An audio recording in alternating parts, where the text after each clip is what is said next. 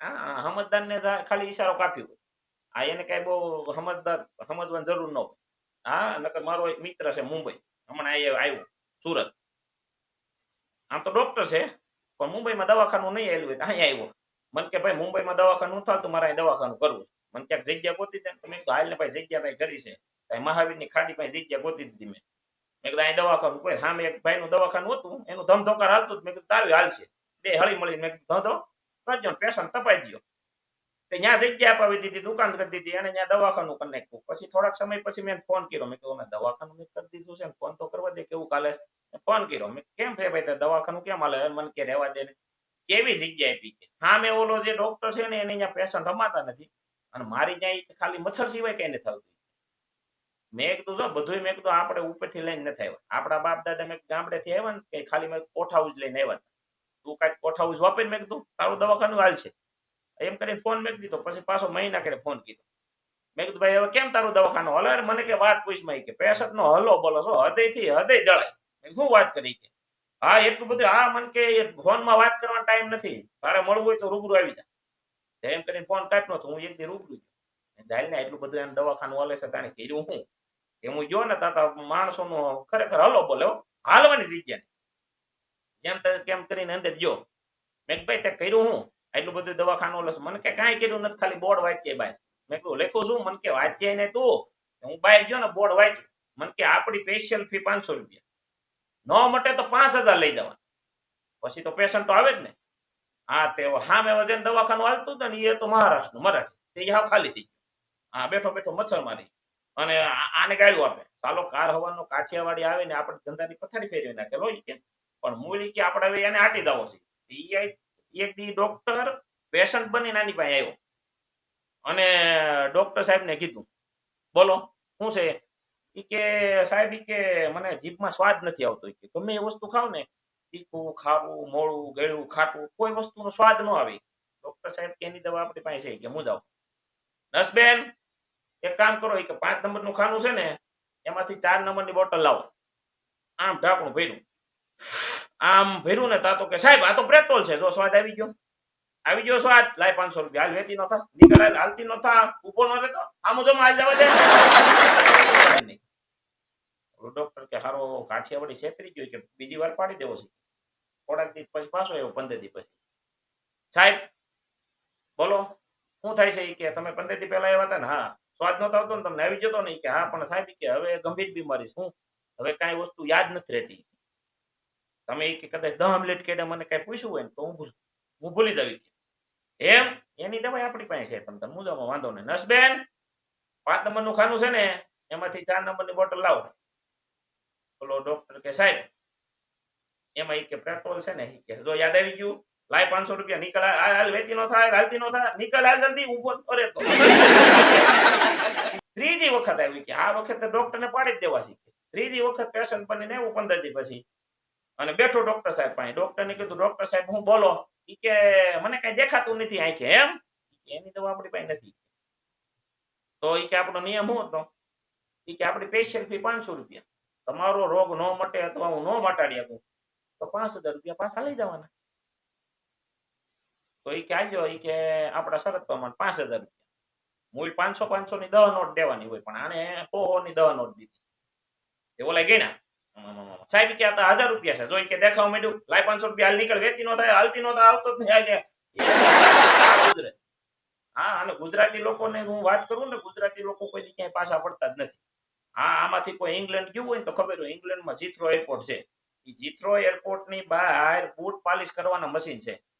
હા, ઈ મશીનમાં તમે છે ઈ પગ નાખો એટલે બૂટ પાલિશ થઈને બહાર ઉઈ આવે, $5 નાખવાના. હા, તો એમાં ગુજરાતી માણા ગયો. આ પેલો પગ છે એ પેલા મશીનમાં નાખ્યો, બહાર કાઢી લીધો. બીજો પગ બીજા મશીન. હા, એમાં એક ભૂર્યો એવો જેવો જ પગ નાખ્યો ને તો પગ પકડી લીધો. નાખ 5 રૂપિયા કે. હા, ભૂરિયા 5 રૂપિયા નાખ્યા. બીજો પગ બીજા મશીનમાં નાખ્યો ને એમાંય 5 રૂપિયા નાખી, $5 કે અહીંયા. આ $10 ભૂરિયાના વહી જાય ને ગુજરાતી છે મફતમાં બૂટ પાલિશ કરીને વહી જાય. આ ગુજરાત. હા, અને ગુજરાતી લોકો ક્યાંય પાછા પડતા જ નથી હો, એમાં ખાસ કરીને સુરત. આ સુરતના લોકો મને બહુ ગમે. આ સુરતમાં જેટલા લોકો છે ને ઉતા નથી ને એટલા સવારમાં ઉઠી જાય અને ઈ ઉઠે ને પછી વાંહે કેટલાય હુઈ ઘેરે પરાઈને હુતા હોય ને તોય કે ઉઠો ઉઠો, પણ હુવા દે ને, આ ઉઠશે તો વાંહે કેટલાય હા. અને સુરતના લોકોનું હું એક કહી દઉં, સુરતના લોકો જોઈજો ખાઈ ખાઈને હાલવા જાય અને હાલીને હાલીને પાછા ખાય. બે માણા પતિ પત્ની કદાચ ગયા હોય ને ગાર્ડનમાં, હાલીને આવતા હોય ને તો હારી રેકડી ભાળી જાય ને તો પત્ની કે હાલો ની કે કોકો પીતા જાય કે આપણે ખબર ઈ ન પડે કે આ વજન ઉતારવા જાય છે કે આ વજન વધારવા જાય. હા, એટલે સુરતી લોકોની કે વાત જ ન થાય. અમારે એક સૈયદ પુરામ પારસી આંટી છે, નાઈતે પારસી છે, એક સરસ મજાનો ફોર્મલ કૂતરો રાખે, બાજુમાં એક બીજા પારસી આંટી રહે. ઈ પારસી આંટી નો કૂતરો ગમે બહુ, સમજ્યા? બીજા પારસી આંટી પાસે આવે અને એને કૂતરા રમાડે, હાવ સ્વીટ, કેટલું ફાઇન ડોગી છે કે બહુ મને ફાઇન ગમે, વાહ હાવ સ્વીટ ડોગી, એમ કરીને પપ્પી ભરવા માંડે. ઓલા બીજા પારસી આંટી કે આંટી શું કરો છો? ઈ કે હું તો ડોગીને રમાડું છું, ડોગીને પપ્પી ભરું છું. પણ આંટી ઈ કે એનું મોઢું તો ઈ કે ઓલી બાજુ છે ઈ કે મોઢા કી બાજુ પૂંછડા કી બાજુ ઈ ખબર ન હોય. હા, એટલે મૂળ કૂતરા એમને રમાડવા ન મળે. હા, એને ધ્યાન રાખવું. હા, નકર જણાય ગઢ કઢા હોય. હમણાં હું એક દી બજારમાં આયલો જતો હતો ને ભાઈ, એક ભાઈ એક કૂતરું છે ને થાંભલે બાંધ્યું હતું અને કૂતરાની પૂંછડીમાં પાઇપ ભરાવતો. એટલે મેં કીધું ભાઈ કૂતરાની પ્રકૃતિ વાકી છે, એમાં કદાચ મેં કીધું તું પાઇપ ભરાવી નાખ ને તો પૂંછડી સીધી ન થાય. મન કે પૂંછડી ક્યાં સીધી કરવી? કેમ? કે મારે તો પાઇપ વાકો એમ કરીને કૂતરાની પૂંછડી પાઇપ ભરાવતો. આ ઘણી વખત આવું થાય. અમારે ઘણી વખત કાર્યક્રમમાં જાય ને તો ઘણી ફરમાઈશો આવે. એક કાર્યક્રમમાં હું ગયો, ભણેલ ગણેલ વર્ગ, અને એક બેન ઉભા થયા, મન કે કોઈ ઇન્ટેલિજન્ટ જોક્સ કયો. ઇન્ટેલિજન્ટ જોક્સમાં મેં શું આવે? પછી મેં ઇન્ટેલિજન્ટ જોક્સ કીધો. જેનો જોક છે સમજાઈ જાય તો મજા આવશે. ઇન્ટેલિજન્ટ જોક્સમાં મેં એમ કીધું, મેં કીધું હમણાં 4 બહેનો છે ને શેરીના નાકે શાંતિથી બેઠા. ઇન્ટેલિજન્ટ જોક કોઈ દી બને દુનિયામાં? 4 બહેનો કદાચ નાકે બેઠા હોય ને તો લગભગ એકાદાનું ઘર ભાંગી નાખે. હા, અમારે તો આ સોસાયટીમાં હું જ્યાં રહું ને ત્યાં લગભગ શેરીએ નાકે લગભગ બહેનો બેઠા જ હોય. હા, અમારી શેરીમાં એક માડી રહે, આથી રોજ મંદિરે જાય. હા, અને બધા આખા ગામને પ્રસાદી બાંટતા આવે. મને રોજ હામાં મળે ને મને પ્રસાદી આપે. હા, મને કે લે કાકા પ્રસાદી. મેં એક દી કીધું, મેં કીધું માડી તમે ઘેરે દેતા હોય તમારા છોકરાને, મને કે એને દઉં છું. મેં કીધું આડોશ પાડોશમાં ઘર હોય એને દેવાય, મને કે એને દઉં છું. મેં કીધું તમારા છોકરાના છોકરા છે એને દેવાય, મને કે એને દઉં છું. મેં કીધું વધે તો મેં કીધું તમારે ખાતી આવાય. ઈ કે હુંય ખાતી આવું, પણ ઈ કે ગગા મારી કે દાંત નહીં. એટલે હું ઈ કે મંદિરે નીકળું ને તો એકાદ બે બદામના દાણા ઈ કે મોઢામાં નાખી દઉં અને સગળતી આવું. પણ અહીંયા ઈ કે નાકે સુધી પૂગું ને એટલે ઈ કે સવાય નહીં ને એટલે ઈ કે હું મોઢામાં કાઢીને તને આપી દઉં. એક અઠવાડિયું સુધી બોલો મને ઈ મોઢામાં સગળેલા બદામના દાણા પ્રસાદ રૂપે દીધા.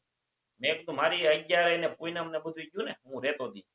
હા, એટલે ઘણી વખત આ વિશ્વાસ કરાય એવો નથી. ગમે એની પાસે ગમે એ વસ્તુ લઈ લ્યો તો આપણે ઘણી વખત છે હેરાન થઈ જતા હોય છે. હા, પણ મજા છે. આમાંથી કોઈ અમદાવાદ ગયું હોય તો અમદાવાદ ખબર હોય, અમદાવાદ પાલડી રોડ ઉપર નનામી વેચાતી મળે. અંતિમ યાત્રાનો જે સામાન છે ને એ બધું વેચાતો મળે. હા, એમાં એક ભાઈ રિક્ષામાં બેસીને આવતો તો એના દાદા ગુજરી જાય છે, સામાન લેવા આવતો. પણ રિક્ષા વાળો એટલો બધો અજળ, ત્રાહો બે જાય, ટાંગો બહાર કાઢી રિક્ષા વાળીને. ઓલો ભાઈ કે ભાઈ રિક્ષા ધીમી આપો, કે મારે ઘેરે છોકરા નાના છે. રિક્ષા વાળો કે મારે જોવાનું છે કે તારા છોકરા નાના છે? અરે મન કે એમને ધીમે આપો કે ધીમે બે નહીં આવે. એ તો રિક્ષા આપતો છે ને નાના મેવાળા પણ આવ્યો. જે ભાઈ રિક્ષામાં બેઠો હતો ને એ ઉતરીને કે એક કામ કરો કે ભાઈ 3 નાનામી આપો. ઓલો નાનામી વાળો કે ભાઈ 3 જણા ગુજરી ગયા ઘેરે?